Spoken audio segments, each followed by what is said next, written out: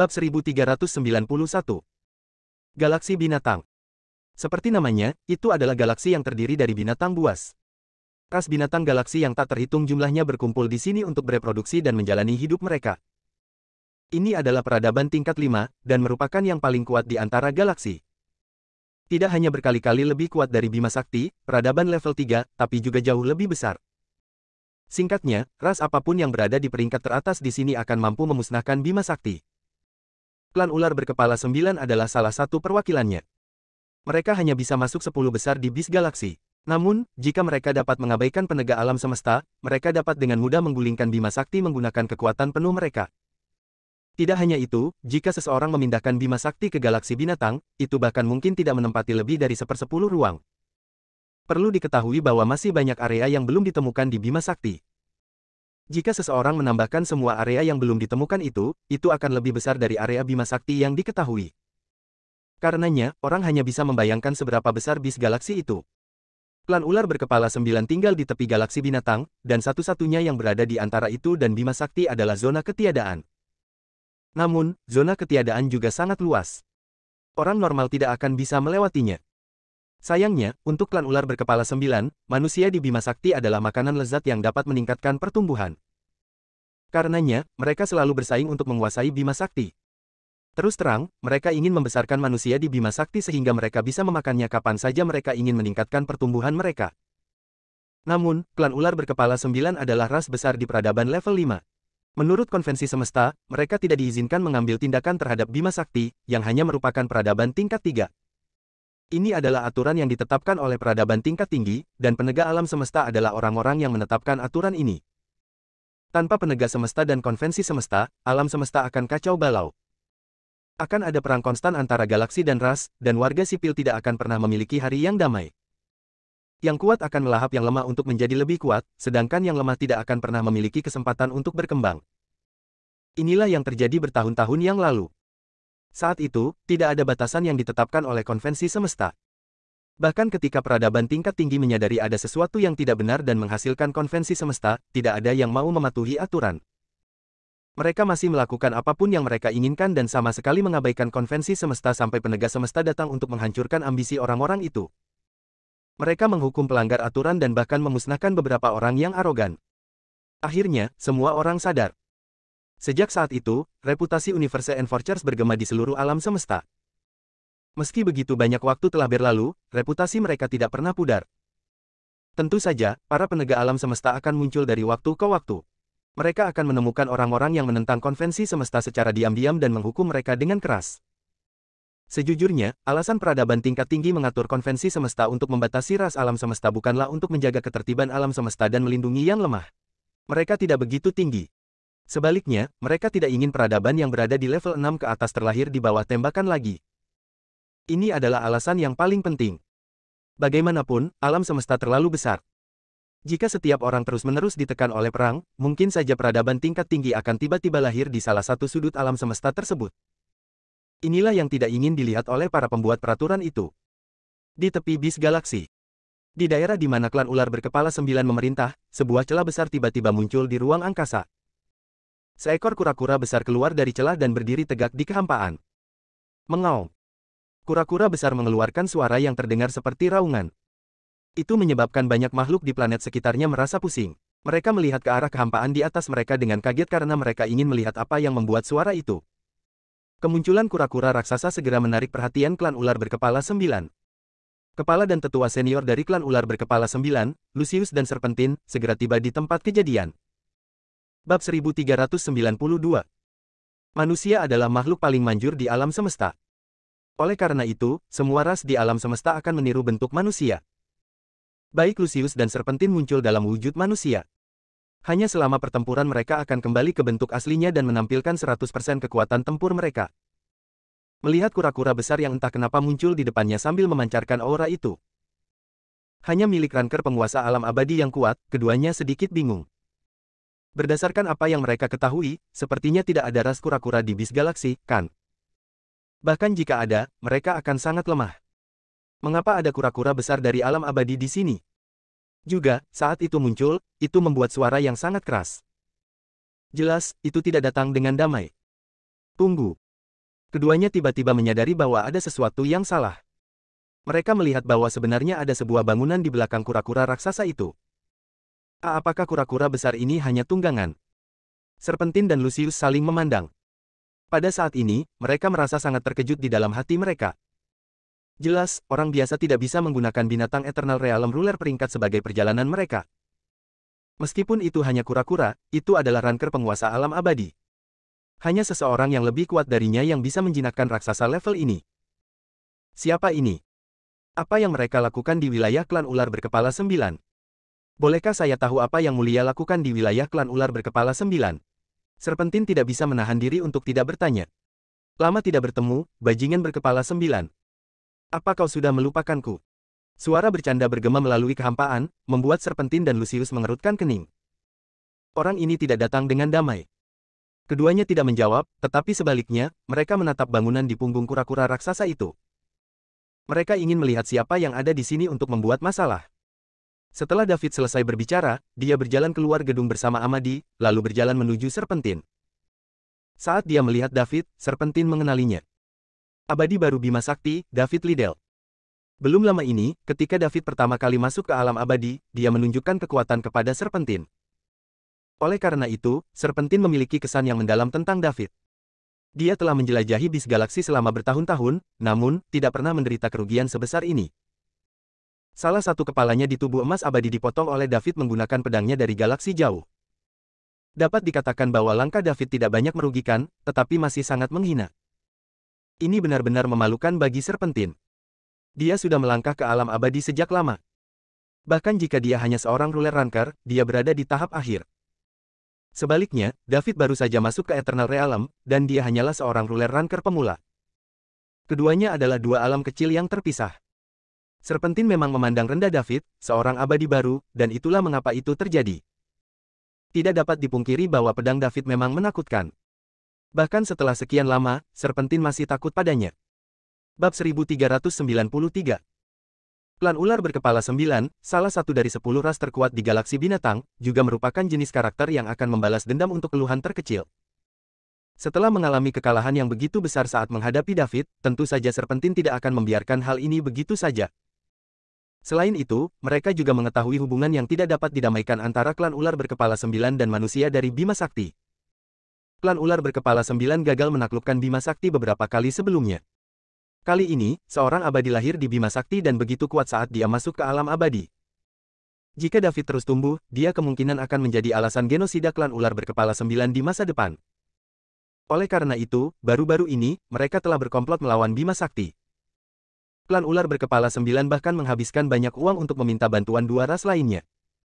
Bahkan jika mereka tidak dapat mengalahkan Bima Sakti, mereka harus menyingkirkan David, potensi ancaman yang sangat besar. Apa yang tidak diharapkan oleh klan ular berkepala 9 adalah bahwa David akan mendatangi mereka sebelum mereka dapat mengambil tindakan. Siapa yang memberinya keberanian?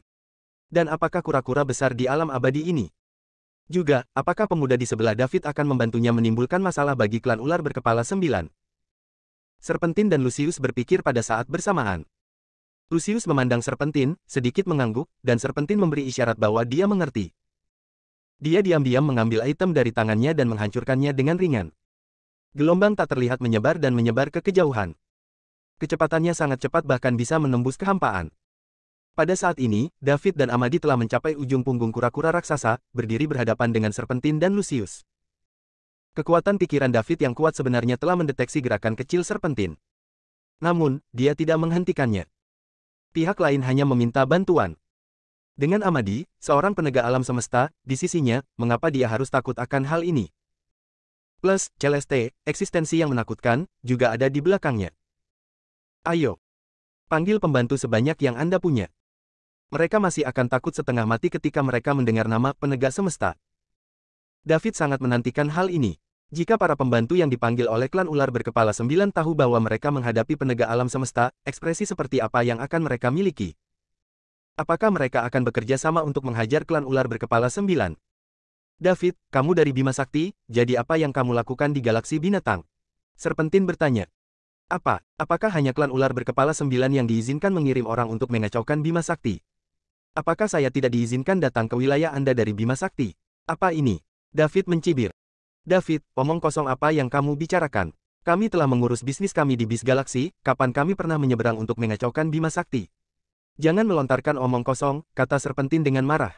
Tes tes tes. Serpentin, aku telah bertemu banyak orang yang tidak tahu malu, tapi ini pertama kalinya aku melihat orang yang tidak tahu malu. Bawahan memang meniru sifat buruk atasan mereka. Sepertinya semua ular berkepala 9 sama sepertimu. Anda. Serpentin kehilangan kata-kata setelah David membalas.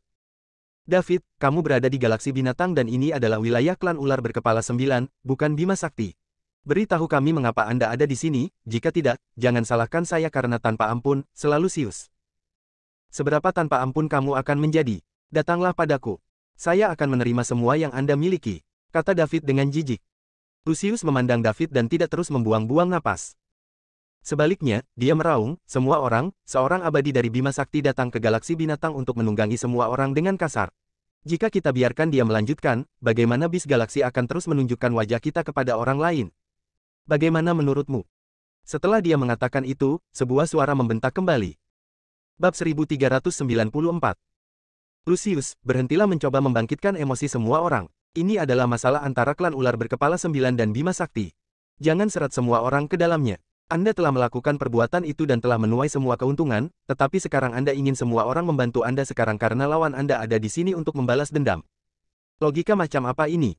Orang yang berbicara adalah Tarzan, kepala klan kera raksasa Titan dari galaksi binatang. Klan kera raksasa Titan dan klan ular berkepala 9 adalah musuh lama. Kedua ras telah bertarung selama puluhan ribu tahun, dan mereka masing-masing menikmati kemenangan yang adil. Pada titik ini, tidak ada pihak yang memiliki cara untuk berurusan dengan yang lain. Bagaimana mungkin Tarzan melewatkan kesempatan ini untuk mengejek klan ular berkepala 9? Tarzan, keluhan di antara kami adalah masalah di dalam bis galaksi, tapi sekarang ini melibatkan dua galaksi.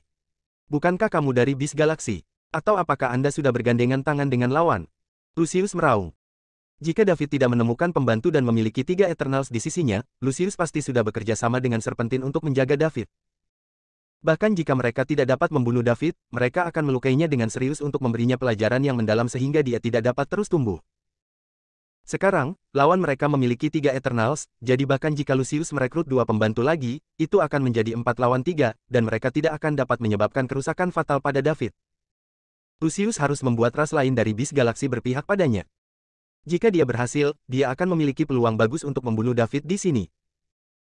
Memang benar bahwa Eternals itu abadi, tetapi selama Lucius menggunakan semua kekuatannya untuk menghancurkan segalanya dalam diri David dalam sekejap tanpa meninggalkannya bahkan dengan setetes darah pun, maka David tidak akan dapat beregenerasi bahkan jika dia memiliki semuanya. Kemampuan di dunia. Ini adalah pendekatan satu dan selesai. Lucius, berhenti menuduhku dengan salah. Siapa sih yang bergabung dengan Bima Sakti? Aku tidak tahan denganmu klan ular berkepala 9. Agar tumbuh dengan cepat, kalian sebenarnya ingin membesarkan manusia, makhluk yang paling mujarab, untuk menjadi makanan kalian.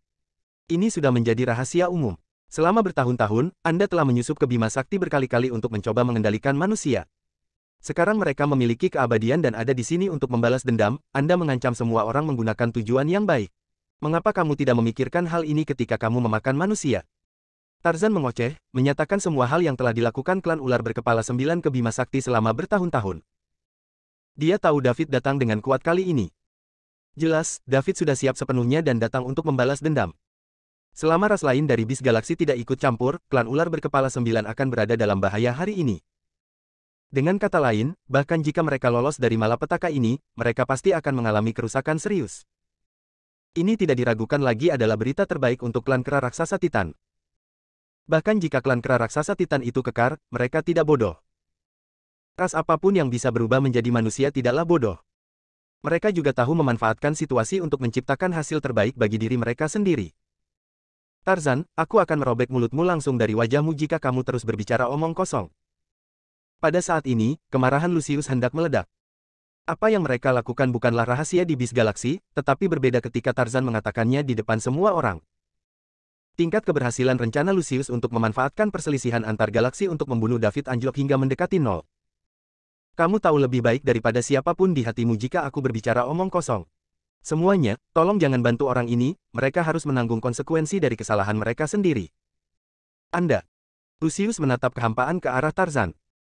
Energi dalam tubuhnya mulai berfluktuasi dengan hebat. Lapisan cahaya keemasan muncul di permukaan tubuhnya. Ini adalah tanda pertama aktivasi tubuh emas abadi. Bab 1395. David memandang Lucius, yang sudah dalam keadaan marah, merasa tidak bisa berkata-kata. Apa yang sedang terjadi? Dia hanya mengatakan dua kalimat dan klan ular berkepala 9 hendak melawan orang lain. Sekarang, dia berada di peran pendukung. David ingat pria yang baru saja membuat marah Lucius. Dia tampaknya adalah kepala klan kera raksasa Titan. Terakhir kali dia melangkah ke alam abadi, Tarzan muncul untuk membalas Lucius sampai dia kehilangan kata-kata. David tidak menyangka dia akan datang lagi kali ini. Tampaknya pasti ada permusuhan yang cukup besar antara klan kera raksasa Titan dan klan ular berkepala 9. Apa, Lucius, menilai dari bagaimana kamu bertindak, apakah kamu berpikir untuk melawanku? Lalu ayolah, kapan aku, Tarzan, takut padamu? David, saudaraku, izinkan saya membantu Anda menguji orang ini terlebih dahulu, dan kemudian Anda dapat mengambil kesempatan untuk mengambil tindakan. Suara Tarzan datang dari kehampaan. Lucius sudah hampir meledak setelah Tarzan memicunya. Dia bersiap untuk mengaktifkan tubuh emas abadi untuk memberi pelajaran pada Tarzan.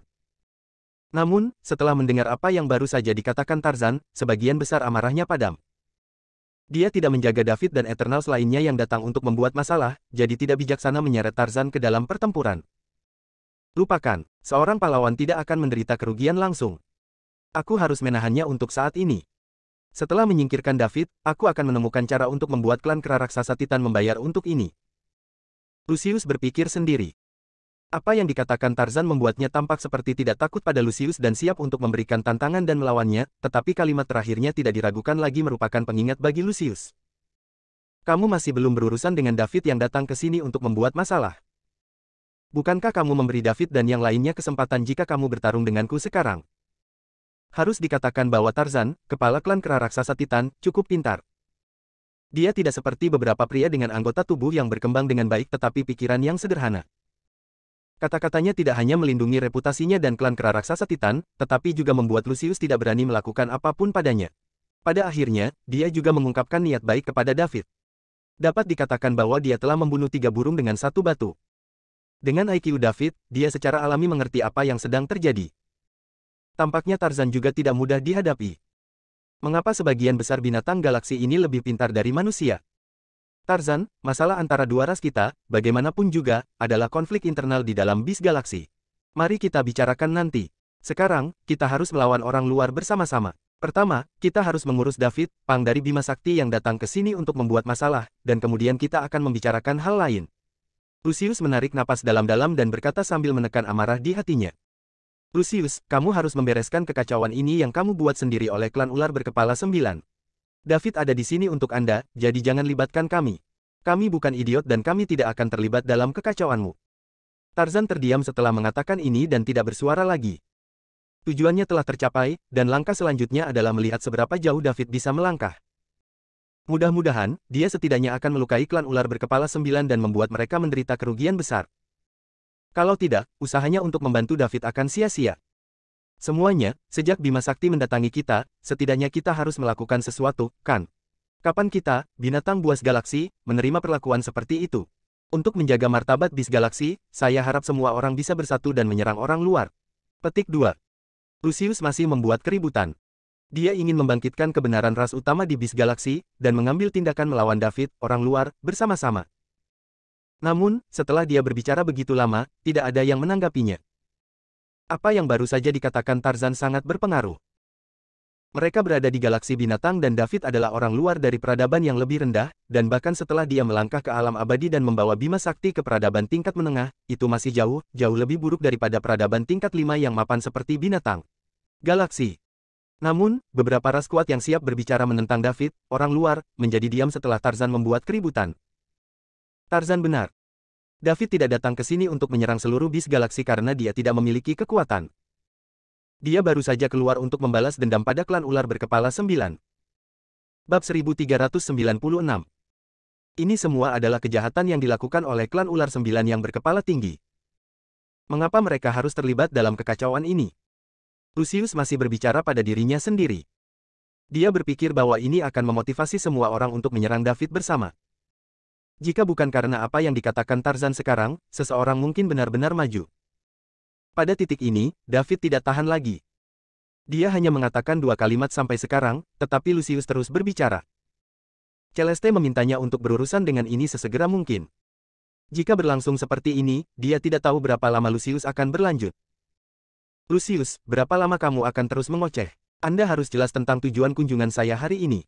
Anda telah menargetkan Bima Sakti selama bertahun-tahun, jadi setidaknya Anda harus memberi saya penjelasan, kan? Kata David. Lucius kesal karena David mengganggu dia. Dia menunggu sebentar. Tetap saja, tidak ada yang mau maju. Lucius ingin merobek Tarzan berkeping-keping. Jika bukan karena dia, ini tidak akan terjadi. David, aku tidak tahu apa yang kamu bicarakan, dan aku tidak punya apa-apa untuk dijelaskan kepadamu. Ketika Anda melangkah ke dunia abadi terakhir kali, Anda menyerang klan ular 9 yang berkepala tanpa alasan, dan sekarang Anda mencari masalah lagi. Apakah Anda pikir seluruh klan kita lemah? Saya pikir Anda meremehkan galaksi binatang, jawab Lucius dengan dingin. David mengejek dan tidak terus berbicara dengan Lucius. Sebaliknya, dia berkata kepada Amadi yang ada di sampingnya, Amadi, tampaknya kita tidak punya pilihan selain mengambil tindakan hari ini. Lawan memiliki 2 abadi, sehingga Anda dapat memilih 1. Bagaimana kalau meninggalkan yang lain kepada saya? Petik 2. Kamu baru saja menjadi kekal, bisakah kamu menanganinya? Ada 2 jajaran penguasa yang terlambat di sisi yang berlawanan, mengapa tidak? Amadi tidak menyelesaikan hukumannya. Dia percaya David akan mengerti apa yang dia maksud. Tentu saja, Amadi tidak memiliki masalah berurusan dengan ranker penguasa almarhum yang abadi. Meskipun Amadi juga merupakan ranker penguasa almarhum abadi seperti halnya partai lain, ia berasal dari peradaban tinggi. Banyak tekniknya berkali-kali lebih kuat dari peradaban tingkat menengah ini. Namun, Amadi tidak berpikir hal yang sama bisa dikatakan untuk David. Lagi pula, David baru saja menjadi penguasa pemula alam abadi. Perbedaan antara kedua belah pihak adalah 2 alam kecil. Tidak mudah untuk melampaui 2 alam kecil ini untuk mengalahkan lawan-lawannya. Dengan demikian, Amadi ingin David secara langsung memberitahu pihak lain bahwa dia adalah seorang penegak alam semesta. Begitu mereka tahu, pihak lain pasti akan berlutut dan memohon belas kasihan. Betapa sederhana dan mudahnya ini. Mengapa dia bersikeras mengambil tindakan sendiri? Amadi, kita hanya akan mengetahuinya setelah aku mencoba, kata David sambil tertawa. Tentu saja, dia tahu apa arti Amadi. Namun, David tahu apa yang kurang, dan itu bukan kekuatan. Begitu mereka sampai di Star Kingdom, David yakin bahwa dia dapat meningkatkan kekuatannya dalam waktu singkat menggunakan sistem.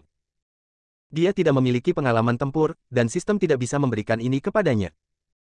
Sekarang ada peluang bagus baginya untuk meningkatkan pengalaman pertempurannya, bagaimana David akan melewatkannya. Selain itu, ia mendapatkan banyak kepercayaan diri setelah ia memotong salah satu kepala dari tubuh emas kekal serpentin. Jika itu masalahnya, aku menginginkannya, Amadi menunjuk dengan santai pada Lucius dan berkata. Dia tidak tahu apa yang memberi David kepercayaan diri untuk melawan seseorang dengan peringkat yang lebih tinggi dari dirinya sendiri. Namun, karena David mengatakan dia ingin, mereka harus bertarung. Bahkan jika David tidak bisa mengalahkan lawan, Celeste ada di sekitar. Baiklah, serahkan yang tersisa kepada saya, kata David dengan penuh semangat. Bab 1397. David dan Amadi bersiap-siap dan siap untuk mengambil tindakan. Lucius mengerutkan kening. Apakah Anda semua benar-benar membiarkan orang-orang ini dari Bima Sakti melakukan apapun yang mereka inginkan di galaksi binatang? Lucius bertanya dengan keras. Lucius, karena David ada di sini untukmu, kamu harus melawannya. Hanya ada 2 dari mereka sehingga mereka tidak menggertak Anda dalam hal angka. Selain itu, David baru saja melangkah ke dunia abadi, apa yang Anda ingin kami lakukan? Apakah klan ular 9 yang sangat lemah sehingga Anda bahkan tidak dapat menghadapi tantangan ini? Kata suara yang dalam dan gemilang. Lucius tutup mulut begitu dia mendengar suara ini. Jelas, identitas partai lain membuatnya takut. Pada saat ini, ledakan. 2 poni keras meledak secara berurutan. David dan Amadi mengaktifkan tubuh emas abadi mereka.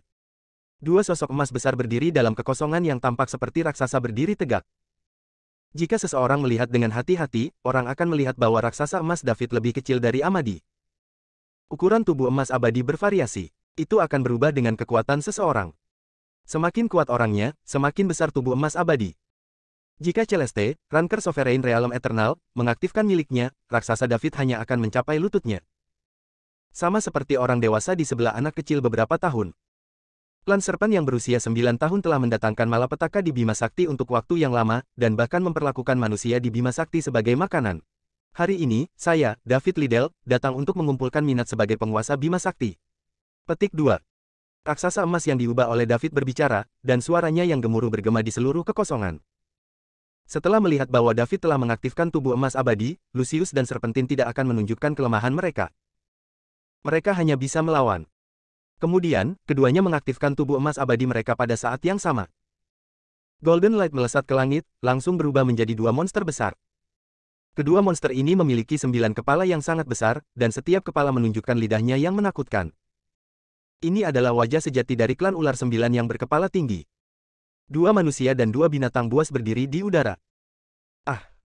Adegan ini membuat Celia dan yang lainnya, yang menonton di gedung di kura-kura besar, berteriak ketakutan. Terutama Celia, Pearl, dan lainnya. Mereka lebih lemah dan belum mengalami ini. Pada saat yang sama, mereka juga khawatir tentang keselamatan David. Mia dan Astrid telah melihat David menggunakan tubuh emas abadi. Karena itu, mereka tidak terlalu terkejut. Meski begitu, ketika mereka melihat dua ular besar yang berkepala 9, mereka masih gugup untuk David. Ini adalah pertama kalinya Lorraine melihat ini. Ketika dia melihat keempat bayangan menjulang raksasa dalam kekosongan, dia tidak memiliki rasa takut sedikit pun di dalam hatinya. Sebaliknya, dia merasa bersemangat dan penuh harapan. Suatu hari, dia juga akan mencapai level ini. Selena menghibur Celia dan yang lainnya di sela-sela. "Selen, akankah David baik-baik saja?" Celia bertanya. "Jangan khawatir, karena David melakukan ini, saya yakin dia akan baik-baik saja. Ini tidak seperti Anda tidak mengenalnya dengan baik. Dia tidak akan melakukan hal-hal yang tidak dia percayai," Selena menghibur. Meskipun demikian, ada sedikit kekhawatiran di matanya. Semua orang menatap empat figur besar di kejauhan. "Haha, Amadi, aku akan lebih dulu," David berkata sambil tertawa keras. Setelah berbicara, ia mendesak bayangan emas raksasa untuk melangkah maju dan mengisi ke arah Serpentin. "David, terakhir kali Anda beruntung dan menyakiti saya saat Anda menyergap saya. Kali ini, saya ingin menunjukkan kepada Anda bahwa Anda tidak dapat mengalahkan Ranker yang terlambat." Setelah selesai berbicara, Serpentin juga menuduh David. Seorang pria dan binatang buas bertemu di tengah. David mengulurkan tangan dan meraih salah satu kepala Serpentin, mencoba merobeknya. Namun, sebelum dia punya waktu untuk mengerahkan kekuatannya, kepala Serpentin lainnya melilit tubuh bagian atas David, melumpuhkannya. Kemudian, Serpentin membebaskan salah satu kepalanya dan membuka mulutnya untuk menghadapi David. Setelah itu, mulutnya mulai mengumpulkan kekuatan. Segera, bola energi terbentuk. Sepertinya itu akan mengenai David saat dia tidak bisa bergerak. Bab 1398. Pada saat ini, Amadi tiba dan meninju Serpentin di kepala tempat energi berkumpul. Ledakan. Bola energi menyimpang dari posisi semula dan menembak ke dalam kekosongan. Sama seperti Amadi akan membantu David keluar, Lucius juga tiba. Segera, dia melibatkan Amadi. David berjuang untuk membebaskan diri dari pengekangan Serpentin. Pada kenyataannya, bahkan jika Amadi tidak datang untuk membantunya sekarang, David masih memiliki cara untuk melarikan diri. Dia belum menggunakan kekuatan pikirannya. 4 sosok emas besar bertempur bersama dalam kekosongan. Semua orang menggunakan metode paling primitif, pertempuran tutup. Serpentin dan Lucius akan segera mengumpulkan bola energi untuk menyerang David dan Amadi setiap kali mereka memiliki kesempatan. Namun, bola energi tidak pernah mencapai target mereka. Secara alami tidak efisien untuk menggunakan serangan panjang range semacam ini dalam pertempuran dekat. Namun, salah satu bola energi ditembakkan ke arah posisi kura-kura besar. Itu ngeri Selena dan orang lain yang dengan gugup menonton pertempuran. Mereka hanya bisa menyaksikan tanpa daya ketika bola cahaya besar mendekat. Tepat ketika mereka berpikir mereka ditakdirkan, bola energi menghilang tanpa jejak ketika mendekati bangunan seolah-olah tidak pernah ada. Apa? Adegan ini juga membingungkan banyak abadi di galaksi Beast. Mereka tidak terkejut bahwa kura-kura besar dapat memblokir bola energi klan Serpent 9 yang berkepala. Bagaimanapun, kura-kura besar juga abadi. Namun, aneh bahwa itu bisa membuat bola energi menghilang tanpa jejak. Namun, mereka tidak mempertanyakannya terlalu banyak. Setelah bola energi menghilang, suara Celeste terdengar di telinga Selena dan yang lainnya. Tonton saja tanpa khawatir, David baru saja masuk ke dunia abadi, jadi dia mendapatkan pengalaman tempur dengan melawan partai lain. Dia tidak akan dalam bahaya. Terima kasih, Celeste. Terima kasih Tuan. Para wanita berterima kasih kepada Celeste. Mereka kembali menonton pertempuran di kejauhan tanpa khawatir setelah mendengar apa yang dikatakan Celeste. Selama David tidak dalam bahaya, Lucius dan Amadi secara merata cocok dalam pertempuran mereka. Mereka tidak menggunakan kekuatan penuh mereka. Tujuan Amadi adalah untuk mencegah Lucius bergabung dengan pertarungan antara David dan Serpentin. Jika dia bisa melakukannya, misinya akan selesai. Sekarang, dia bisa memberitahu David menggunakan lawannya untuk mendapatkan pengalaman. Bahkan jika Serpentin unggul dan menekan David, dia tidak menyebabkan kerusakan besar pada David. David selalu bisa menghindari serangannya selama saat-saat paling kritis. Serpentin yang jengkel ini. Dia adalah ranker penguasa almarhum yang abadi, sementara David baru saja melangkah ke pangkat penguasa pemula. Namun, dia masih tidak bisa mengalahkan David setelah lama. Ada begitu banyak pembangkit tenaga listrik yang menonton pertempuran ini.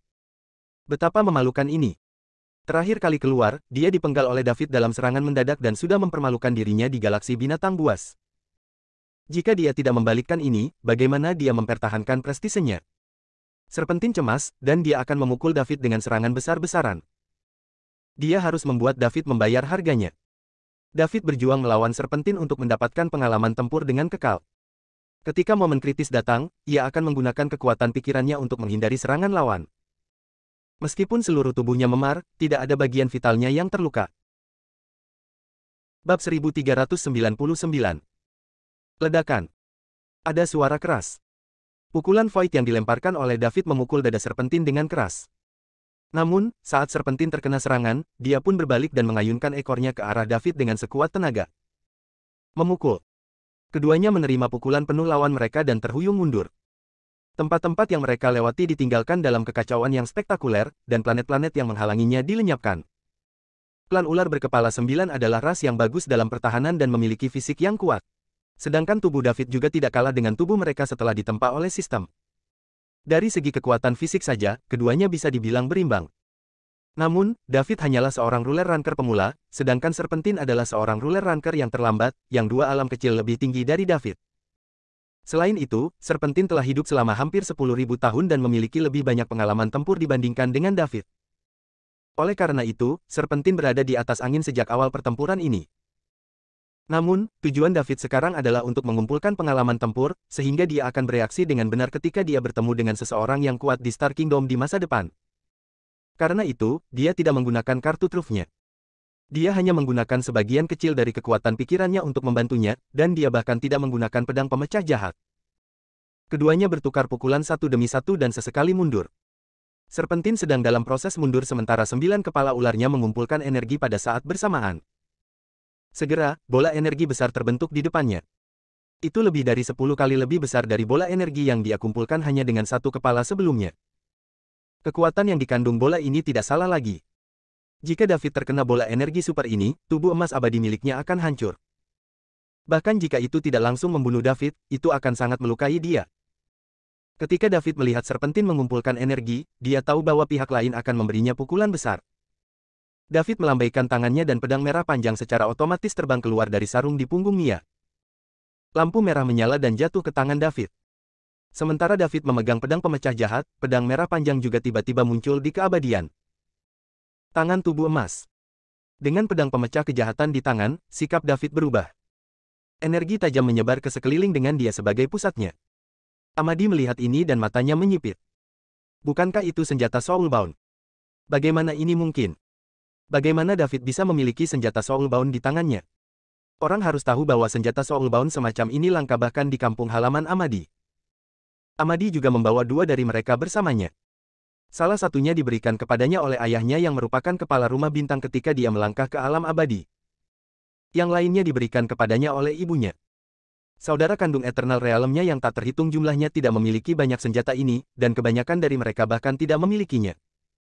Ini bahkan mempertimbangkan fakta bahwa mereka semua adalah keturunan langsung dari Star Mansion. Mereka hanya akan diberikan satu jika mereka memberikan kontribusi yang signifikan untuk Star Mansion. Amadi mendapatkannya dengan mengandalkan identitasnya sebagai kepala muda Star Mansion. Akan sangat sulit untuk mendapatkan Soulbound Weapon sendirian. Dia mungkin hanya menemukan satu jika dia beruntung dan bersedia mempertaruhkan nyawanya menjelajahi semua jenis reruntuhan berbahaya. Tentu saja, ada kemungkinan lebih tinggi dia akan mati dalam prosesnya. Setiap senjata Soulbound tak ternilai harganya. Di luar dugaan, David yang lahir di peradaban tingkat rendah memilikinya. Ini sangat luar biasa. Selain itu, Amadi merasa bahwa pedang di tangan David harus menjadi yang terbaik bahkan di antara senjata Soulbound. Itu lebih maju dari 2 bagian yang dia miliki. Bab 1400. David sangat beruntung. Bahkan Amadi merasa sedikit cemburu saat itu. Dia awalnya khawatir bahwa David tidak akan menjadi tandingan Serpentin, seorang ruler ranker yang terlambat. Sekarang, sepertinya dia terlalu banyak berpikir. Dengan senjata ini di tangan, David memiliki kesempatan untuk melawan seseorang yang berpangkat lebih tinggi darinya.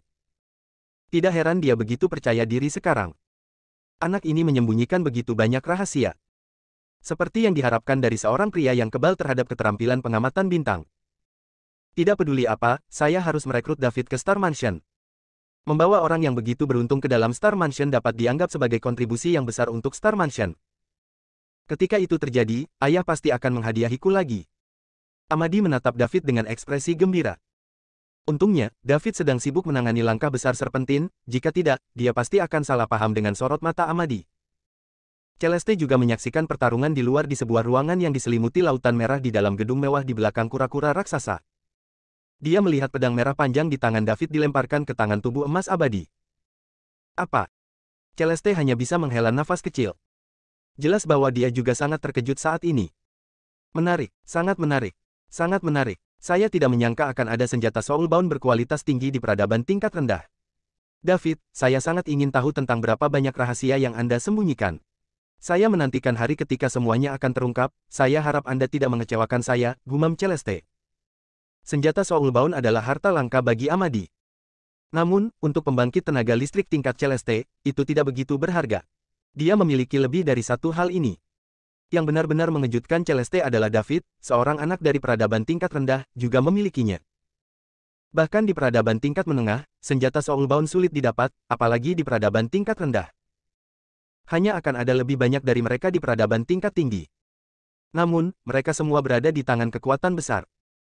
Jika dua Eternals dengan kekuatan yang sama sedang dalam pertempuran, memiliki senjata soulbound dan tidak memiliki senjata soulbound akan menghasilkan hasil yang sangat berbeda. Ini sangat bagus untuk pertempuran antara peringkat yang berbeda. Amadi dan Celeste tidak hanya mengenali pedang pemecah jahat di tangan David sebagai senjata yang memikat jiwa, tetapi pembangkit tenaga listrik lain dari galaksi binatang yang menonton pertempuran secara rahasia juga mengenalinya. Ini adalah peradaban level 5, jadi mereka telah melihat lebih banyak hal daripada peradaban level 3 seperti Bima Sakti. Apakah itu senjata yang memikat jiwa? Itu adalah senjata soulbound yang legendaris. Suara kaget yang dicampur dengan keterkejutan bisa terdengar satu demi satu. Terakhir kali David menggunakan Evil Splitting Sword untuk memenggal kepala serpentin, jaraknya sangat jauh, jadi tidak ada yang tahu dengan jelas teknik apa yang digunakan David. Kali ini, mereka semua berada di dekatnya, jadi mereka bisa melihat dengan jelas. Memang, itu adalah senjata soulbound yang legendaris. Senjata yang memikat jiwa. Sepasang mata posesif bersinar dalam kehampaan, menatap pedang pemecah jahat di tangan David. Mereka seperti orang mesum tua yang telah dikurung selama ribuan tahun dan akhirnya melihat seorang wanita cantik. Mereka tidak sabar untuk menerkam dan mendominasi dia. Hanya ada 3 senjata soulbound di seluruh bis galaksi. 2 di antaranya berada di tangan ras kuat peringkat pertama, dan 1 di tangan ras peringkat kedua. Semua orang ingin memiliki ini. Di antara 10 ras teratas di bis galaksi, kecuali 2 ras dengan soulbound weapon, kekuatan ras lain tidak terlalu jauh. Jika ada yang bisa mendapatkan soulbound weapon, peringkat mereka akan langsung naik ke posisi ketiga atau bahkan kedua. Itu sebabnya semua orang memakai tampilan ini. Bahkan 2 ras utama yang sudah memiliki soulbound weapons tidak terkecuali, karena mereka juga menginginkannya. Secara alami, akan lebih baik untuk memiliki lebih banyak senjata ampuh ini. Bersambung.